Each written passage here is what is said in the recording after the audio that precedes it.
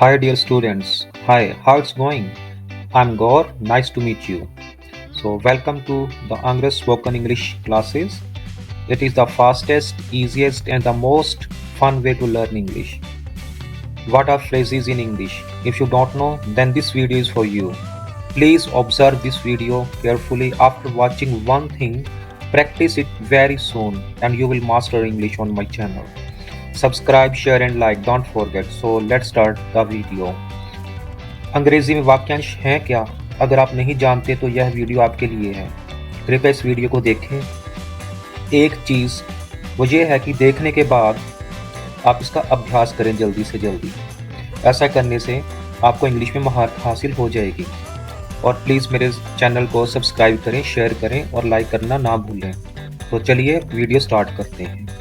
Thank you. तो पहला हमारा इंग्लिश का फ्रेज़ है गेट ऑफ वंस टेल। ये इकट्ठा ही आएगा गेट ऑफ वंस टेल। अब वंस की जगह किसी भी नाउन को प्रोनाउन को आप यूज़ कर सकते हैं। जैसे कि हम कहते हैं कि मेरा पीछा करना छोड़ दो, या कोई आपका पीछा कर रहा है बिल्कुल पीछे कोई कार में, तो ये आपका गेट ऑफ वंस टेल के अंदर आएगा। दूसरा है break a leg. Break a leg होता है कि कहीं पे परफॉर्मेंस वगैरह देनी है आपको, तो उससे पहले अगर आपको कोई इनकरेज वगैरह होती है तो उसके लिए ये वर्ड का यूज़ होता है। हिट मी आपका यूज़ है, यानी कि जो आपका तीसरे नंबर पे लिखा गया सेंटेंस है हिट मी अप। इसका मतलब है कि जब आप किसी को कोई चीज़ कॉन्टैक्ट करते हैं तो आप चाहते हैं कि दूसरा कुछ आपको लिखे, या वैसे ही कोई व्हाट्सएप पे लिखे, या आपको वैसे ही कोई आपको लिखे और भूल लेना, तो उसके लिए आप हिट मी अप का प्रयोग करते हैं। हम आगे इन चीज़ों को सीखेंगे। टेक इट ईजी होता है कि आप किसी को शांत करते हैं। कोई बंदा बहुत अग्रेसिव हो गया या डिप्रेशन में या पैनिक हो रहा है, तो आप उसको इन चीज़ों का यूज़ कर सकते हैं। वैसे इसके और भी यूजेस हैं, हम आगे पढ़ेंगे। उससे आगे है बाइट टंग। बाइट टंग का मतलब होता है कि आप किसी को, जैसे कहते हैं ना कीप क्वाइट, कि चुप कर जाओ, शांत हो जाओ, उसका मतलब है ये। ठीक है, तो चलिए आगे बढ़ते हैं। तो हमारा सबसे पहले है गेट ऑफ माई टेल। इसका मतलब जब हम किसी को रोकते हैं जो आपका पीछा कर रहा है, जैसे कि मैंने आपको शुरू में ही बताया है, तो उसमें आप इसका प्रयोग करते हो। अभी मैंने इसमें यूज़ किया गेट ऑफ माई टेल। इसमें ज़रूरी नहीं है कि आप इसमें माई का ही प्रयोग करोगे, इसमें किसी और के बारे में भी आप माई की जगह यूज़ कर सकते हो। Get off her tail, get off his tail. लड़की है तो हर, यानी कि फीमेल है तो हर, और कोई मेल है तो उसके लिए हिम का प्रयोग हो जाएगा। ठीक है, और इसमें मैंने कुछ उदाहरण दिए हैं। To stop following directly behind one specially in the car, कि कोई कार में है तो उसमें कोई आपका चेज कर रहा है, आपका पीछा कर रहा है, तो उस टाइम पे भी आप उसको ये कह सकते हो। तो इसके लिए एक उदाहरण है, I wish this guy would get off my tail, कि मेरी ऐसी आशा, मेरी ऐसी इच्छा, आई विश कि ये जो लड़का है this guy would get off my tail, कि ये मेरा पीछा छोड़ना बंद करे। I am going the speed limit, मैं स्पीड लिमिट में जा रहा हूँ अपनी।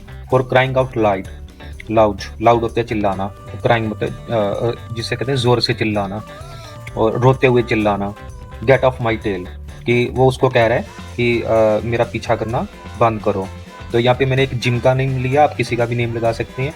You keep bumping into me, bumping होता है टकराना, कि तुम मुझसे टकरा सकते हो मेरा पीछे, यानी कि आपकी कार के पीछे किसी और की कार आ रही है बहुत तेज़ी से, और आपकी इच्छा कि वो आपके पीछे ना आए, आपको फॉलो ना करे, और क्योंकि अगर वो आपसे हिट हो गया तो ये एक एक्सीडेंट के रूप में भी कन्वर्ट हो सकता है। तो ऊपर वाला ना करे किसी के साथ ऐसा हो। तो ओके, आगे इसका एक और उदाहरण है, stop laughing and start doing something. ठीक है, तो जिसे हम कहते हैं ना कि कुछ चीज़ स्टार्ट कर रहे हैं हम किसी चीज़ के लिए, तो और हम ये चाहते हैं कि उसमें इस चीज़ का प्रयोग करें जो गेट ऑफ वंस टेल का है। तो उसमें है फॉर एग्जांपल है कि get off your tail and help your mother, कि पीछा करना बंद करो नॉर्मल चीज़ों के लिए, कुछ और काम जो है वो आप उसको छोड़ दो और जो इंपॉर्टेंट काम है उसको आप करो। तो उसमें एक उदाहरण दिया गया, get off your tail and help your mother, अपनी माँ की जो है आप हेल्प करो, उसकी सहायता करो, उसकी मदद करो। और I should get off my but I am exhausted, तो वो कहता है कि मुझे करनी चाहिए, शुड का मतलब तो चाहिए, लेकिन एग्जॉस्टेड होता है बहुत ज़्यादा थका हुआ, बट आई एम एग्जॉस्टेड, पर मैं क्या करूँ, मैं बहुत ज़्यादा थका हुआ हूँ, आई एम एग्जॉस्टेड। ठीक है, अगला है आपका ब्रेक ए लेग। ये तब यूज़ होता है जब आप कोई परफॉर्मेंस देने के लिए जाते हैं, जैसे किसी स्टेज पर या किसी स्कूल में, कोई कहीं पे भी हो आप, तो आप कहीं आपके हाथ में कोई माइक दे दे, आप कोई परफॉर्मेंस करने जा रहे हो, कोई टैलेंट दिखाने जा रहे हो, तो उसके कॉन्टेक्स्ट में इसका यूज़ होता है। इसका नाम है ब्रेक ए लेग। तो ब्रेक ए लेग में क्या है कि ये है क्या असल में, कि जब आपको कोई पीछे से इंकरेजमेंट करता है बेटर परफॉर्मेंस के लिए, तो उसके लिए आप इसमें एक वाक्यांश यूज़ कर सकते हो, ब्रेक ए लेग। तो इसके जो ईडीएम है, जो फॉर्मल और इनफॉर्मल दो तरह की होती हैं चीज़ें इंग्लिश में। फॉर्मल वो जो होती हैं जिसमें कि आप एक फॉर्मल तरीके से, फॉर्मल मतलब कि जैसे आप ऑफिस में हैं तो आपको एक फॉर्मल ड्रेस पहननी पड़ती है, आपको फॉर्मल तरह से काम करने पड़ते हैं। और घर में आप इनफॉर्मल होते हो, फ्रेंड्स के साथ आप इनफॉर्मल होते हो, ठीक है। तो इसके बारे में हम आगे मैं आपको बताऊंगा किस दिन फॉर्मल और इनफॉर्मल होता क्या है, ठीक है। तो जैसे हम कहते हैं ना, फॉर्मेलिटी क्यों कर रहा है यार, तू तो मेरा दोस्त है, इजी हो जा, तो आप समझ सकते हैं फॉर्मल और इनफॉर्मल में क्या फ़र्क होता है, ठीक है। ओके, तो इसमें हम इसमें यूज़ कर रहे हैं गुड लक का, जो हम किसी को किसी की शुभदा के लिए कह रहे हैं, गुड लक, ठीक है। और जो कि मैंने पहले बता ही दिया कि आपको परफॉर्मेंस के लिए भी इसमें कहा जाता है ब्रेक ए लेग, ठीक है। तो इसके जो सिनोनिम्स हैं, सिनोनिम्स जो होते हैं पर्यायवाची, ठीक है, पर्यायवाची के गुड लक है। इसकी जगह आप गुड लक जो बोलते हो वो तो हम बचपन से बोलते ही आ रहे हैं, good luck, best wishes, stroke of luck, ये सारे तो हैं ही हैं। लेकिन ब्रेक ए लेग जो है ये आपका फ्रेज है। आप अब इन चीज़ों को छोड़ दो कि अब बार बार गुड लक वगैरह कहना छोड़ दो, बेस्ट विशेस, ठीक है, ये हमें आती है, हमें वो चीज़ें सीखनी जो हमें नहीं आती। तो आज के बाद आप करोगे है मैन ब्रेक ए लेग, आप किसी को स्टेज पे भेज रहे हो या किसी को कोई कुछ पढ़वा रहे हो कविता वगैरह, और क्लास में उसमें पढ़नी है, कॉलेज में पढ़नी है, या ऑफिस के अंदर किसी को प्रेजेंटेशन देनी है, तो आप कह सकते हो है मैन ब्रेक ए लेग, ठीक है। तो ये आपको समझ आ गया होगा, ये आपका हर जगह पे यूज हो सकता है break a leg. Break a leg के थोड़े से मैं उदाहरण आपको और भी दे देता हूँ यहाँ पे, जिसमें कि मैंने कहा है यहाँ पे कि Verma's family told him to break a leg right before he went up on the stage, कि वर्मा फैमिली जो है वो किसी को उत्साहित कर रही है कि वो जाके वहाँ पे अच्छी परफॉर्मेंस दे स्टेज के ऊपर, ठीक है। तो एक और एग्जांपल है सेंटेंस के अंदर, break a leg shouted the stage directly to his actors before the beginning of the play, कि जो डायरेक्टर है वो एक्टर्स को कह रहा है, कोई भी फिल्म बनती है, कोई सीरियल बनता है तो डायरेक्टर तो होते ही हैं, तो वो अपने एक्टर्स को कह रहा है उसके पहले कि आप परफॉर्मेंस करने से पहले, प्ले करने से पहले, जो आप ड्रामा वगैरह प्ले कर रहे हो, प्ले करने से पहले उनको कह रहा है कि आप ब्रेक ए लेग, कि अब जाओ और ऐसी तैसी कर दो, आप जाके ठीक बहुत अच्छे ढंग से वहाँ पे स्टेज पे परफॉर्मेंस दो, ठीक है।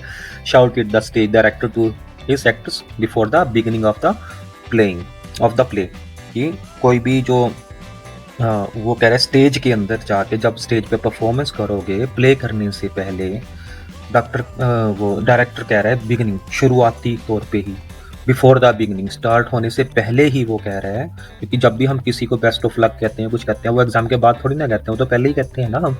तो इसी तरह से ब्रेक लेग जो है वो हमने पहले ही कहना है, वो हमने बाद में नहीं कहना है, ठीक है। चलो आगे बढ़ते हैं। मैंने सोचा कि आपको थोड़े से और उदाहरण दे दूं, ताकि ऐसे ना हो कि एक दो उदाहरण के अंदर ही आप सीमित आपकी जो है आप सिमट के रहे, जो आपको समझ ही ना आए। तो इसके लिए मैंने थोड़े से और उदाहरण आपके लिए बनाए हैं, आप इसको देख सकते हो ब्रेक ए लेग के लिए। एक तो मैंने वो जो पीछे डायरेक्टर और एक्टर वाला मैंने आपको बताया ही है, उसका अगला है you have an exam tomorrow. जैसे मैं कहता हूँ किसी को, hey Nidhi, hey Sunita, you have an exam tomorrow, break a leg, कि उनका एग्जाम है तो उससे पहले मैं उनको अच्छी परफॉर्मेंस करने के लिए कह रहा हूँ, man break a leg, so my first stage performance is scheduled for tonight, कि मेरी जो पहली परफॉर्मेंस है वो आज रात के लिए हो शेड्यूल्ड है, पहले से ही निर्धारित है। वेल ब्रेक ए लेग, ठीक है। तो अब एक और है break a leg, I shouted out to him before he rushed in for his audience, कि मैं चिल्लाया, शाउटेड सेकंड फॉर्म आ गई ना, यानी कि पास्ट इंडेफिनिट का जो टेंस आ गया इसमें, आउट शाउटेड, मैं चिल्लाया, आउट ऑफ हिम, मैं उन पर चिल्लाया, बिफोर ही रश्ड, उससे पहले वो रश करते, इन फॉर हिज ऑडियंस, तो ऑडियंस से पहले वो रश करते, तो मैंने पहले ही कह दिया break a leg. When the team went out for the final race, जब एक टीम थी वो फाइनल रेस के लिए, मतलब कि जो रेस होती है, जो आपको पता ही है, जो जहाँ पे भागते हैं, तो फाइनल रेस के लिए जब एक टीम गई, इसमें भी वेंट का प्रयोग है, गो की जगह वेंट का आ गया, यानी कि पास्ट इंडेफिनिट का प्रयोग है। When the team went out for the final race, जब टीम चली गई फाइनल रेस के लिए, द कोच शाउटेड, जो उनका जो कोच था वो चिल्लाया उनके ऊपर, आउट ऑफ देम, लेकिन वो वाला चिल्लाया नहीं, उनको एक आशीर्वाद के रूप में देने के लिए चिल्लाया, उनको एक अच्छी परफॉर्मेंस देने के लिए, अच्छी विश देने के लिए चिल्लाया, ब्रेक अ लेग, ठीक है। So if you good luck on the completion of your book. तो आगे ये कुछ उदाहरण ये आप देख सकते हो, बहुत सारे उदाहरण आप खुद के भी बना सकते हो उसमें, ठीक है। तो it is not a rocket science. तो चलो आगे बढ़ते हैं फिर हम। अगला बहुत ब्यूटीफुल है, इसे तो मैं खुद यूज़ करता हूँ और अपने स्टूडेंट्स को कईयों को सिखा भी चुका हूँ। Hit me up. ये होता है कि जब हम किसी से कोई कहते हैं कि जैसे समझो कि मैं और मेरा फ्रेंड है, वो घर जा रहा है, तो मुझे उसकी फ़िक्र होगी वो घर ठीक-ठाक पहुँचा या नहीं। तो मैं कहूँगा यार हिट मी अप, कि मुझे घर जाने के बाद मुझे रिप्लाई कर देना, लिख के रिप्लाई करो या जैसे मर्ज़ी करो, लेकिन मुझे रिप्लाई करो, ठीक है। तो इस कॉन्टेक्स्ट में है। और अच्छा, किसी ने यहाँ पे एक जिसे कहते हैं कि एक सुझाव दिया कि आप जब घर जाओ या अपने रिश्तेदारों के वहाँ जाओ, या कोई आपके घर से होके चला गया, तो आप उसे ज़रूर कह सकते हैं घर पहुँच के, जब जैसे हम हिंदी में कहते हैं ना कि घर जाकर मुझे ज़रूर मैसेज करना कि तुम ठीक ठाक पहुँच गए हो, आप उसके कॉन्टेक्स्ट में आप इसको यूज़ कर सकते हो। यहाँ पे कुछ उदाहरण है। My friend hit me up for $10, कि मेरे दोस्त ने मुझे एक रिटर्न में भेजा कि $10 में कुछ है, ठीक है। My friend hit me up for, कि उसे चाहिए, सॉरी, उसे $10 की जरूरत है, इसलिए उसने मुझे हिट किया है इसके अंदर। She hit me up for $20, उसने मुझे $20 के लिए हिट किया है। Hit me up when you are at the party, इसमें जो अगला दिया गया, hit me up when you are the party, means जब आप पार्टी में होंगे तो मुझे एक बार लिख के बता देना, व्हाट्सएप कर देना, या जो भी आपका सोशल मीडिया पे, फेसबुक पे, मैसेंजर पे आप मुझे हिट मी अप कर देना, ठीक है, जैसे आप पार्टी में होंगे। Okay. Feel free to hit me up on the talk if you have an issue with my post. तो यहाँ पे भी उसने एक सुझाव दिया कि आप फील फ्री होता है कि बिना हिचकिचाहट के आप मुझे राइट करके बताओ, मुझे कमेंट करो या पोस्ट करो अगर आपको कोई इशू है, ठीक है।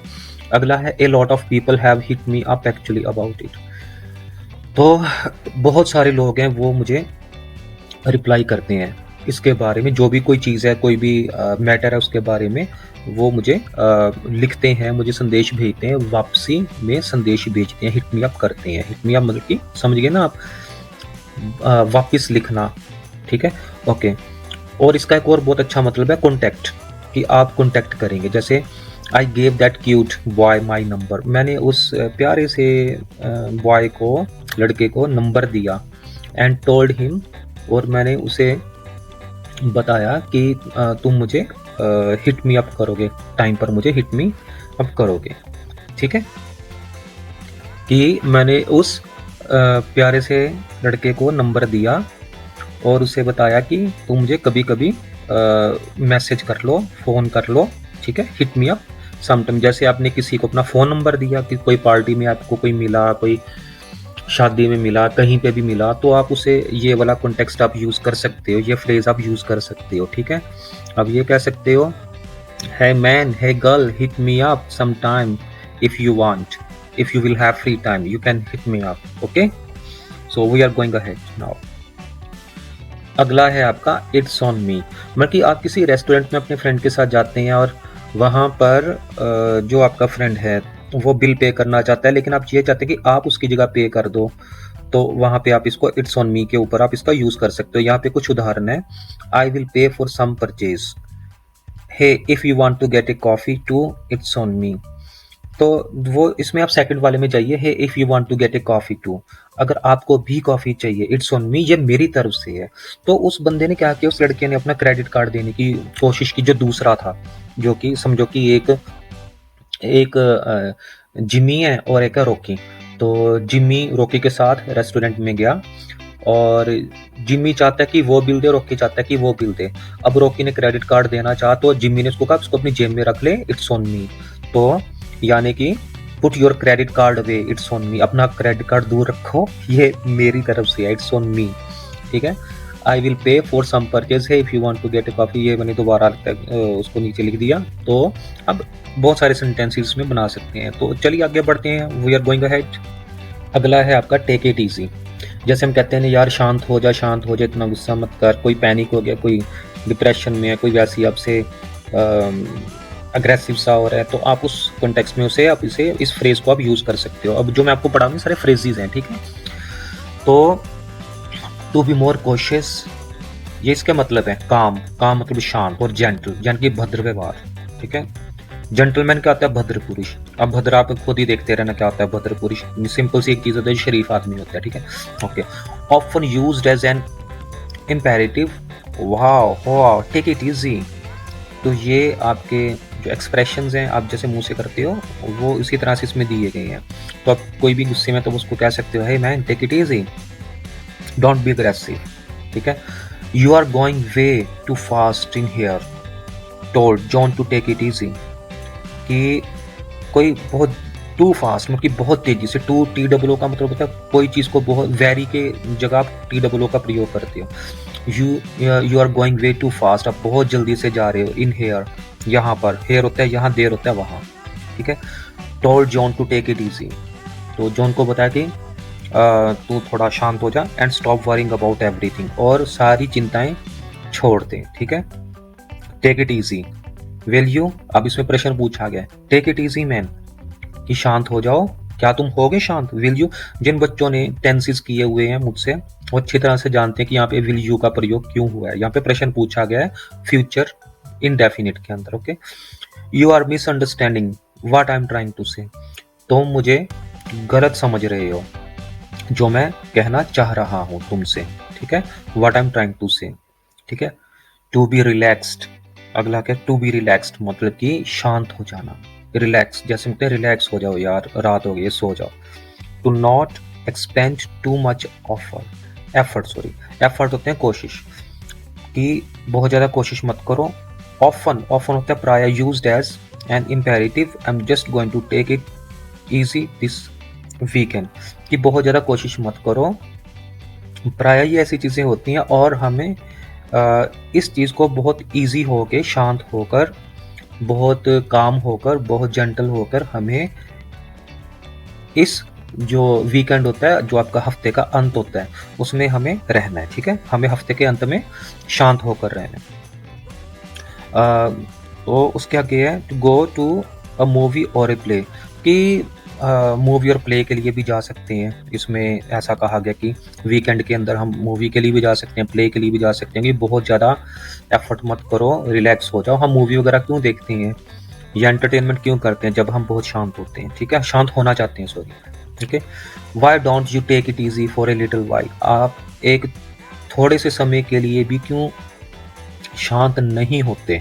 वाई डोंट यू टेक, ठीक है। ये प्रेजेंट इंडेफिनिट में WH फैमिली के साथ लगाया गया सेंटेंस है। We don't need to leave for another 2 hours, हमें कोई ज़रूरत नहीं है छोड़ने की, अगले 2 घंटे के लिए छोड़ने की कोई ज़रूरत नहीं है, ठीक है। Used by extensions as an informal parting solutions, thanks।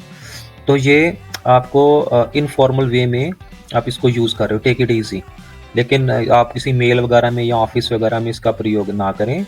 ये बोलने में ही अच्छा लगता है, take it easy, take it easy, okay. तो चलिए आगे बढ़ते हैं। तो आगे भी मैं उदाहरण दे ही रहा हूँ आपको, ये उदाहरण आप देख लें। To relax and avoid hard work और स्ट्रेन, तो ये डॉक्टर किसी को कह रहा है कि द डॉक्टर टोल्ड हर, उस किसी औरत को बता रहा है, हर तो पता है आपको फीमेल के लिए आता है, डॉक्टर ने किसी औरत को बताया या कहा, she should take it easy for a while, कि उसे कुछ देर के लिए शांत होना चाहिए, कि तुम्हें कुछ देर के लिए शांत होना चाहिए, डॉक्टर ने लेडी को कहा। तो याद रखना एक लेडीज नहीं होता, एक लेडी होता है, ठीक है। तो the doctor told her she should take it easy for a while, कि कुछ समय के लिए तुम्हें शांत होना चाहिए। टू स्टे और बिकम काम एंड अनएक्साइटेड, होता क्या कि जब हम बहुत ज़्यादा पैनिक होना शुरू हो जाते हैं तो उस टाइम पर हमें काम होने की जरूरत है। बिकम का मतलब होता है बनना, ठीक है। Usually used as a command, sorry, तो इसको एज ए कमांड के लिए भी यूज करते हैं। डॉक्टर तो कमांड ही देगा ना, ठीक है ना, वो कहेगा कि you should take it easy for a while, ठीक है, come on take it easy. तो यहाँ पे एक जॉय है किसी का नाम, everything is going to be just fine, कि सब कुछ अच्छा होगा, everything is going to be just fine, हर कुछ अच्छा ही है, एक किस्म का अच्छा ही होने जा रहा है, ठीक है। तो अगला है हमारा इसी के अंदर, तो ये उदाहरण है, ये आप देख सकते हैं, लास्ट में लिखा गया है everything will be fine with our reservation. तो रिजर्वेशन तो आपको पता है ट्रेन की होती हैं, जो पहले से बुकिंग होती है वो रिजर्वेशन के अंदर आती है। इसमें कहा गया कि एवरीथिंग विल बी फाइन, सब कुछ अच्छा होगा, विद अवर रिजर्वेशन, हमारी रिजर्वेशन से रिलेटेड सब कुछ अच्छा होगा, जस्ट टेक इट इजी, कृपया शांत रहें, ठीक है, और इंजॉय करें। बाइट टंग, इसका मतलब होता है कि अपनी जुबान पर लगाम दो। तो जब हम किसी को कहते हैं ना कि यार तुम्हें ज़्यादा बोलने की जरूरत नहीं है, अपनी जुबान जो है उस पर लगाम दो, होल्ड योर टंग तो हम बोलते ही हैं, लेकिन बाइट टंग का भी प्रयोग होता है, ये आपका फ्रेजेस के अंदर आता है। तो इसके अंदर है आपका to keep yourself from saying something that you want to say, ठीक है। तो to stop oneself from saying something rude, आप किसी को रोकने की कोशिश करते हैं या रोकते हैं किसी को जब वो बंदा बहुत रूखे स्वभाव से आपको बोलता है या रूखी बात बोलता है। अगला है telling someone to bite their tongue is a way of telling them to stop speaking before they say something unwanted. तो इसमें कहा गया कि यह भी एक तरीका है किसी को रोकने का। इससे अगर कोई बहुत फालतू की बात बोल रहा है तो आप उसको कह सकते हैं, hey man bite your tongue. तो अभी तक तो मैं इसको आपको मीनिंग के अंदर दे रहा हूँ, समझा रहा हूँ, आगे हम इसका एग्जांपल लेंगे। Refrain from saying something, refrain होता है रोकना, रिफ्रेन मतलब आपको एक नई वोकैबुलरी मिल रही है ना साथ साथ में, रिफ्रेन मतलब रोकना, रोकथाम करना। Refrain from saying something one wants to say, किसी को रोकना जो कोई चीज कहना चाहता है, एक इंसान कोई चीज कहना चाहता है, उसको रोकना उस चीज के लिए, because the moment is inappropriate, कि यह वो सही समय नहीं है। मोमेंट इज इनअप्रोप्रिएट का मतलब सही समय ना होना, बिकॉज मतलब क्योंकि, because the moment is inappropriate, समय सही नहीं है किसी को कोई बात करने से रोकने के लिए आप कह सकते हो बाइट योर टंग। हो सकता है कोई डील होने वाली हो, तो बंदा आपकी कमी पेशी, जो आपका ही दोस्त है साथ खड़ा है, वो गलती से कमी पेशी उसके मुंह से निकलने वाली, तो उसको कहेंगे hey man why you don't bite your tongue. तो इस तरह से आप इसको टेंसेस के अंदर या किसी के अंदर भी आप इसको यूज कर सकते हो। तो चलो आगे हम इसका एक उदाहरण ले लेते हैं, ठीक है। तो इसमें हमारे पास बहुत ब्यूटीफुल उदाहरण है यार, इसमें आप देख सकते हो आई हैड टू बाइट माई टंग, मुझे अपनी जो जुबान है वो खामोश करनी ही है, ठीक है। क्यों करनी है? आई हैड टू, करनी ही, सॉरी आई हैड, ये आपका पास्ट के अंदर चला गया, आई हैड टू बाइट माई टंग। तो आप इसको ये कह सकते हैं कि मैं अपनी जुबान को खामोश, मुझे करनी पड़ी, मुझे खामोश करनी पड़ी। हैड टू का मतलब होता है करना पड़ा, कोई काम आपको नहीं भी चाहते थे तब भी आपको करना पड़ा। I had to bite my tongue when Peter said that he was hard working, मुझे अपनी जुबान को होल्ड करना पड़ा, रोकना पड़ा जब पीटर ने कहा कि वह बहुत मेहनती इंसान था, ठीक है। वाज का मतलब था, तो ये सारे हैड भी आपका पास्ट के अंदर आ गया, सेड भी आपका पास्ट में आ गया, वाज भी आपका पास्ट में आ गया। जो टेंस जानते हैं उनको अच्छी तरह से कर सकते हैं और समझ सकते हैं। I always have to bite my tongue, अब यहाँ पे प्रेजेंट टेंस यूज हो गया, मैं हमेशा अपनी जो जुबान है वो उसको हमेशा काबू में रखता हूँ। When my sister in law is around, जब मेरे जो सिस्टर, जो बहन के ससुराल वाले हैं वो पास में होते हैं, तो मैं अपनी जुबान को लगाम दे के रखता हूँ, ठीक है, यानी कि होल्ड कर लेता हूँ अपनी टंग को। It is better to bite one's tongue, यह बेहतर है कि अगर कोई अपनी जुबान पे लगाम रखे, देन टू से समथिंग नेस्टी, कुछ बुरा बोलने से पहले, कुछ बोलने के बजाय, सॉरी, ठीक है। नेस्टी होता है बुरा, दुष्ट, कोई भी बुरी चीज, खराब चीज को हम नेस्टी बोलते हैं, नास्ती, कोई नास्ती बोलता है, कोई नेस्टी बोलता है, ठीक है। तो बेहतर है बुरा बोलने से, किसी को कुछ बुरा बोलने से पहले, किसी के बारे में बुरा बोलने से पहले, यानी कि चुगली करना, बैक बाइटिंग करने से पहले भी आपको अपनी जो जुबान है उस पर लगाम रखनी ही अच्छी होती है। It is better to bite one's tongue than to say somethings nasty about someone else, ठीक है। आपको समझ आ गई? जो चीज समझ ना आए मुझे कमेंट में जरूर पूछ सकते हैं। Thank you so much. तो चलिए आगे बढ़ते हैं। आप लोग मेरा चैनल सब्सक्राइब करें, जॉइन करें और लाइक करें और शेयर ज़रूर किया करें, ठीक है? तो चलिए ठीक है, हम इसको दोबारा से रिवाइज़ कर लेते हैं एक बार। पहला है हमारा ब्रेक लेग, इसका मतलब होता है गुड लक। दूसरा है हमारा हिट मी अप, इसका मतलब होता है राइट मी। तीसरा आपका है इट्स ऑन मी, इसका मतलब आई पे फॉर इट। आपको समझ आ गया आई पे फॉर इट? नहीं तो आप पीछे जाके वीडियो को देख सकते हैं। Take it easy, calm down, bite your tongue, keep quiet, get off my tail, stop following me, give me a break, leave me alone. ठीक है, तो बाय फॉर नाउ, फिर मिलते हैं। और जो वीडियोस आपको चाहिए होंगी आप मुझे कमेंट में लिख दिया करो, जो चीज़ आपको ना समझ आ रही हो तो मैं उसको उसके लिए ऊपर उसी चीज़ के ऊपर मैं वीडियो बनाने की कोशिश करूँगा। I will make video on those thing which you want.